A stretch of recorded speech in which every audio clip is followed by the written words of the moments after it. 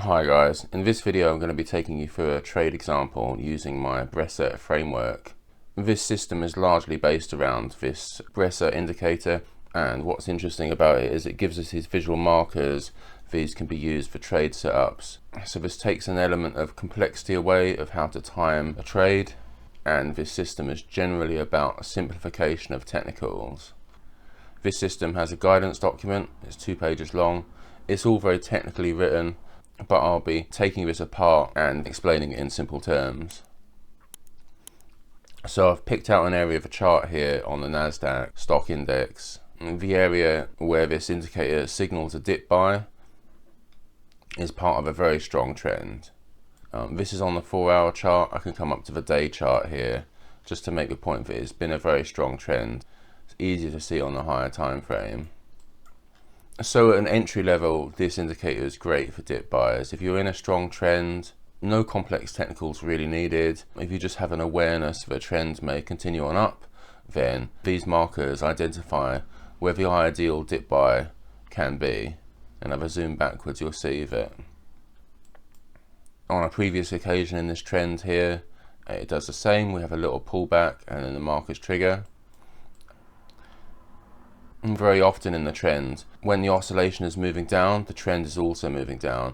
Oscillation moving up, trend moving up. Right, so I've cut out some lines from the framework and we'll look at those now. So this is from right at the start. And the Bressert framework that I've created is a reversion system.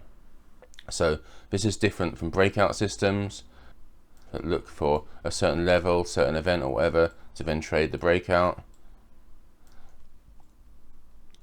In this context here, it's dip buy, not breakout.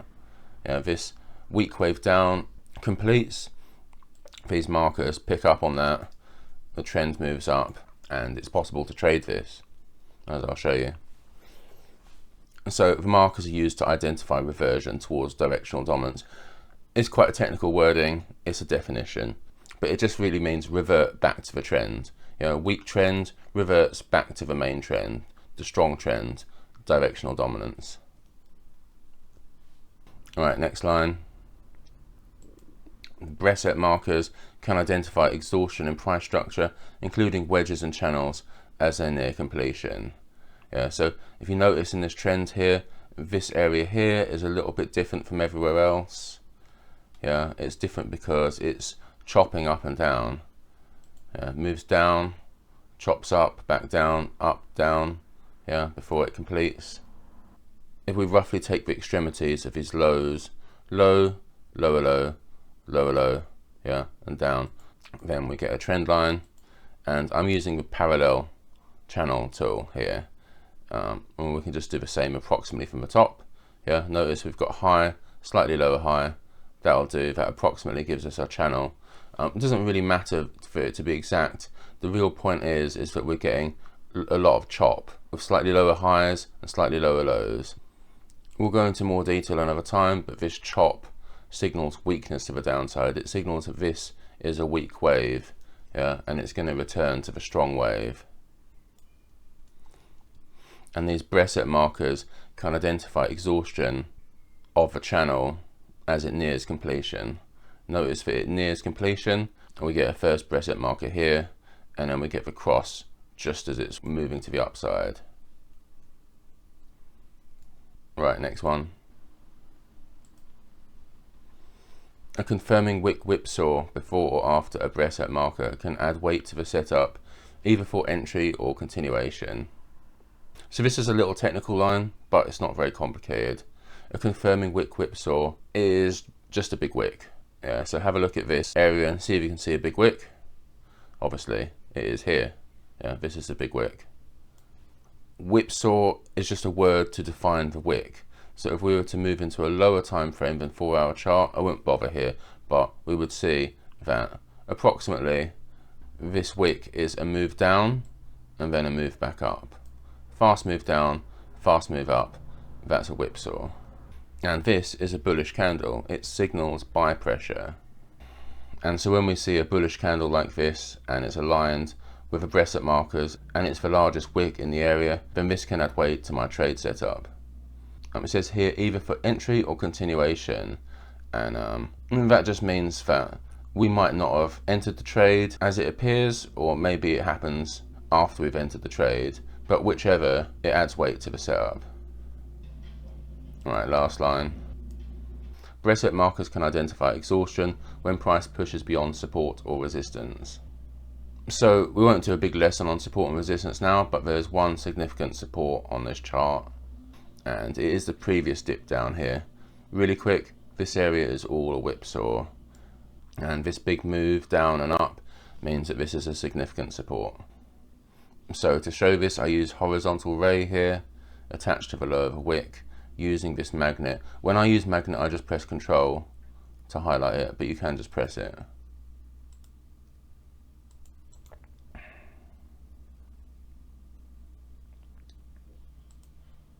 Alright, so notice that price has pushed beyond support. It moves down here and then this wick dips below support. Bressert markers can identify exhaustion when price pushes beyond support. Price has pushed beyond support and these Bressert markers have picked up. This weak trend is exhausting. It's coming to its end before moving on up. So now I've done the chart work and it shows that this area will be good to trade. The next step is to define the trade setup. And so I come across to the trade platform. Firstly, we've got to replicate what we see here in the chart. Yeah, so this is Nasdaq on the 4-hour chart. Come over here, make sure this is 4-hour, which it is already. Yeah, change the 4-hour and change this to Nasdaq. So this says NAS 100, NAS 100. And now, as this is a historical example, I have to drag the chart back to the area that we're looking at. Yeah, you can see the confirming wick there. Yeah, it's the same part of the chart. We could trade either Bressert marker, but just for simplicity, I will just use the cross for this video. When this 4-hour candle closes, that is when this Bressert marker is set in stone. So we want to take the low of a candle, not the wick of a candle. The wick is the extremity of the action within that time frame. We want to take the low of a candle because that's where it closed. So back into the trade platform and select long position. So when we're doing drawings, we need to use the magnet. This attaches our drawings to the candles. So I'll click that on and press the left mouse to attach the long position tool, and we'll go into full screen. So firstly, we need to define our stop area to be able to calculate the trade. And so what I do is, if there's an obvious low, especially if it's quite a defined low, like this whipsaw here, this candle wick, then I will attach the stop level to this low and then add a little bit extra using a tool that I'll show you in a second. Oh, and this is connected to the wick. All I do is I pull this to the wick here and it snaps to it because the magnet mode is on. And so if you see here, if I zoom a little bit, notice that this wick is 28600.4. Over on the side here, 28600.4 is the stop level. So now I want to come up to technical indicator and choose ATR. And this will help us to know how far back to pull the stop level. If you notice as I move the cursor around, this number is changing, and that's because it's a different number for each candle. Because we want this to be lower, we want to subtract the ATR from the wick low. So notice as I hover over the candle, or in line with the candle rather, that the number is 253.92. So we'll do a little calculation now. Come into the long position here, come down to stop level, see the price is what we set it to, copy that, paste it into a calculator, and then we want to subtract the ATR. So if I hover again, 253.92,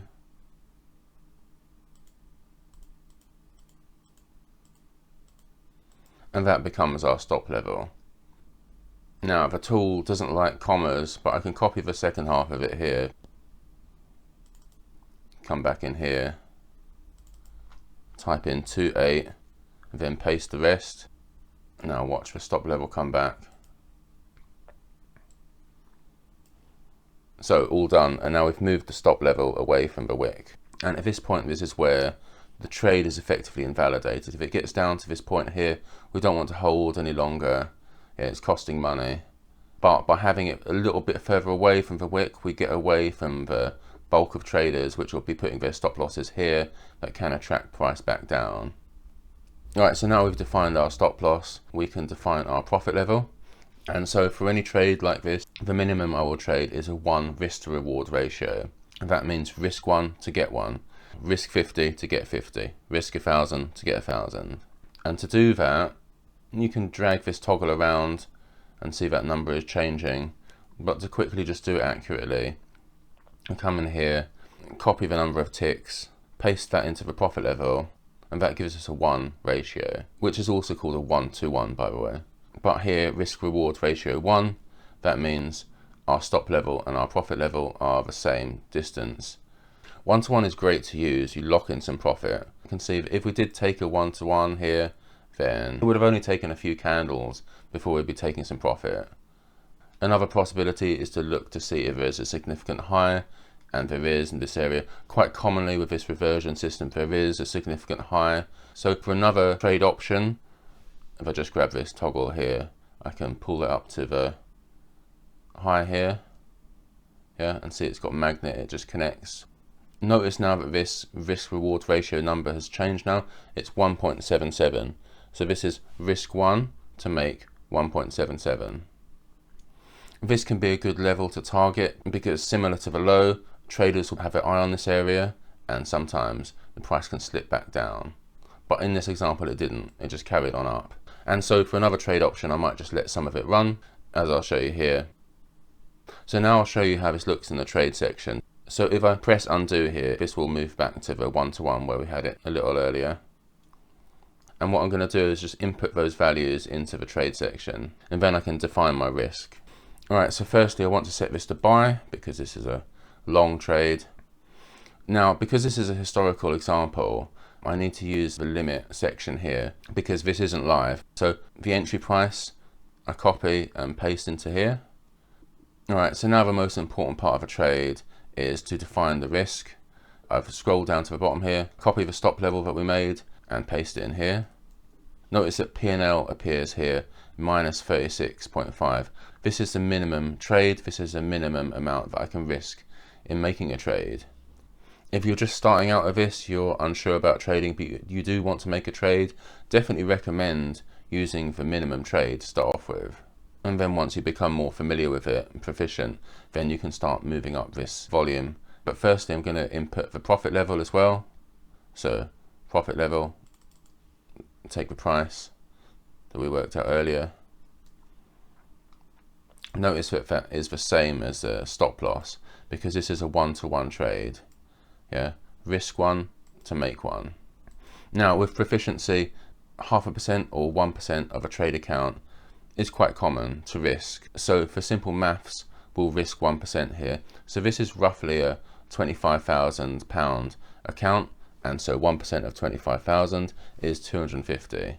So we want this stop level to be £250, and so I just move the volume up until it gets to about 250 there, 255, that'll do. Notice that in the profit box it's the same now, so risk 255 to make 255. And if this was live, this would be market buy. I just click buy, make the trade. Yeah. Now we'll take a look at the trade option where the profit level is at the previous high. So if I just grab this toggle here, put it back to the high, 1.77. So now to do this, we just need to take the new profit level. So come in here, take the new price and paste that in here. Notice before I paste it, it's 255, and I paste it and it's now 453. Yeah, because this is a 1 to 1.77 trade. Risk 1 to make 1.77, risk 255 to make 453. And that's it in a live context, market buy, make the trade. And now that we've figured out that our volume is 0.7 for our preferred defined risk, then of course you can allocate different amounts for each trade option. And so I might decide, let's say 0.3 for the 1-to-1, 0.2 to get up to this previous high, and then another 0.2 to just let the trade run and see if it carries on up. and that might be a good way to split the trade. Alright, so that's pretty much the end of the video. Throughout this series we'll be looking at other lines of the guidance and how they apply to the chart. And if you do want the guidance or this tool that I'm using, the links are in the description. It'll bring you here to Dropbox, where you can download both the guidance and the indicator code. I'll cover how to install the indicator in one of the next videos soon. And everything I've covered, the links are all in the description. And that's it. I'll see you on the next video.